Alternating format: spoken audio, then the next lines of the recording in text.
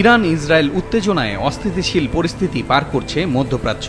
গতকাল ইরানের ইস্পাহান শহরে অন্তত ৩টি ড্রোনকে ভূপাতিত করার পর থেকে তেহরান বলছে বাইরের কোনো দেশ থেকে হামলা হয়নি তাদের ভূখণ্ডে। যদিও নাম প্রকাশে অনিচ্ছুক মার্কিন কর্মকর্তাদের বরাতে আন্তর্জাতিক বিভিন্ন গণমাধ্যম জানায় ইরানে পাল্টা ক্ষেপণাস্ত্র হামলা চালিয়েছে ইসরায়েল, যদিও তেল আবিব এ বিষয়ে কোনো মন্তব্য করেনি। আন্তর্জাতিক বিশ্লেষকদের ধারণা, ইরান যে প্রতিক্রিয়া দেখাচ্ছে তাতে প্রতীয়মান হয় যে হয় তারা হামলার প্রভাব কম করে দেখানোর চেষ্টা করছে, কিংবা উত্তেজনা যাতে না বাড়ে সেজন্য পিছু হটছে।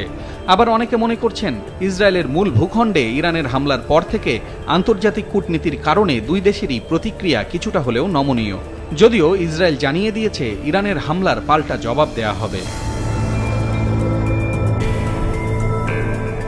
ইস্পাহান প্রদেশের যে স্থানে এটি ঘটেছে তার আশেপাশে একটি বড় বিমান ঘাঁটি, ক্ষেপণাস্ত্র উৎপাদন কমপ্লেক্স এবং বেশ কয়েকটি পারমাণবিক স্থাপনা রয়েছে। মার্কিন গণমাধ্যম এবিসি নিউজের প্রতিবেদনে বলা হয়, পারমাণবিক স্থাপনার সুরক্ষায় নিয়োজিত রাডার ব্যবস্থা লক্ষ্য করে ক্ষেপণাস্ত্র হামলা চালিয়েছে ইসরায়েল, যদিও এতে কোনো ক্ষয়ক্ষতি হয়নি। গতকালের ঘটনার পর থেকে ইরান জুড়ে আকাশ প্রতিরক্ষা ব্যবস্থা সক্রিয় করা হয়েছে। এদিকে ইরানে হামলার সঙ্গে যুক্তরাষ্ট্র কোনোভাবেই জড়িত নয় বলে জানিয়েছেন মার্কিন পররাষ্ট্রমন্ত্রী Antony Blinken.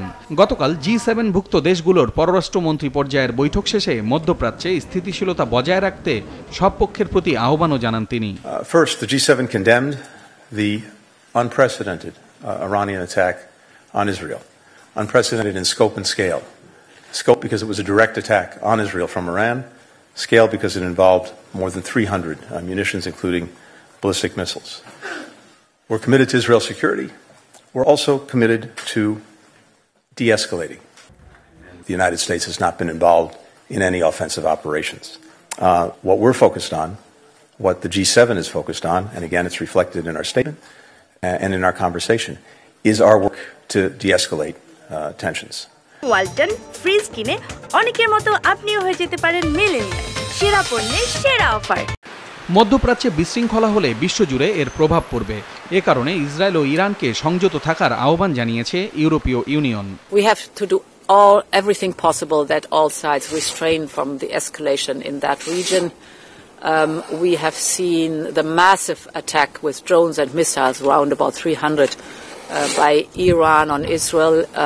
It is absolutely necessary that the region stays stable and that all sides refrain from further action.